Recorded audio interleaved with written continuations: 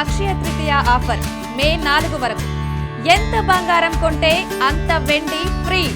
పెళ్లి మండపానికి వధూవరులు వెళ్లే సమయంలో ఉపయోగించే వాహనం చక్రాల కింద ఏదైనా తీర్థయాత్రలు శుభకార్యాలకు వెళ్లే ముందు కారు చక్రాల కింద నిమ్మకాయలు పెడతారు, కొబ్బరికాయ కొడతారు. దీని గురించి ప్రజల్లో భిన్నాభిప్రాయాలున్నాయి.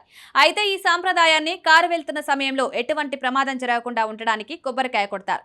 కారు నిమ్మకాయలు నలిపివేస్తూ ప్రయాణిస్తుంది. ఇలా చేయడం వల్ల ఎలాంటి అవాంఛనీయ సంఘటనలు జరగవు.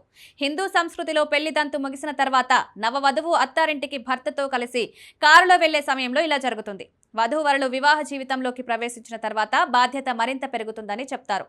వాహనం ఎక్కిన తర్వాత ఎలాంటి ప్రమాదాలు జరగకుండా ఉండడానికి వాహనం చక్రాల కింద కొబ్బరికాయ లేదా నిమ్మకాయ ఉంచి వాహనాన్ని వాటి మీద నుంచి ప్రయాణం ప్రారంభిస్తారు. దీనిని త్యాగం ఒక రూపం అంటారు. ఇంటికి వెళ్లే ముందు ఒక కొబ్బరికాయను దిష్టి తీసి ఒక పక్కకు కొడతారు. ఇలా చేయడం వల్ల రాబోయే సంక్షోభాన్ని కొబ్బరికాయ తీసివేస్తుందని భావిస్తుంటారు. ఇలా చేయడం వల్ల వధూవరుల కారు సురక్షితంగా గమ్యానికి చేరుకుంటుందని, దేవుడు వారిని రక్షిస్తాడని నమ్మకం. వివాహ సమయంలో వధూవరులు కుటుంబాలు ఈ విషయంపై ప్రత్యేక శ్రద్ధ తీసుకుంటాయి. ఈ చర్యనే తాంత్రిక చర్య అని కూడా అంటారు. హిందూ సంస్కృతిలో కొబ్బరికాయలను బలిగా అర్పిస్తారు. చెడు దృష్టి నుంచి రక్షించడానికి నిమ్మకాయను ఉపయోగిస్తారు.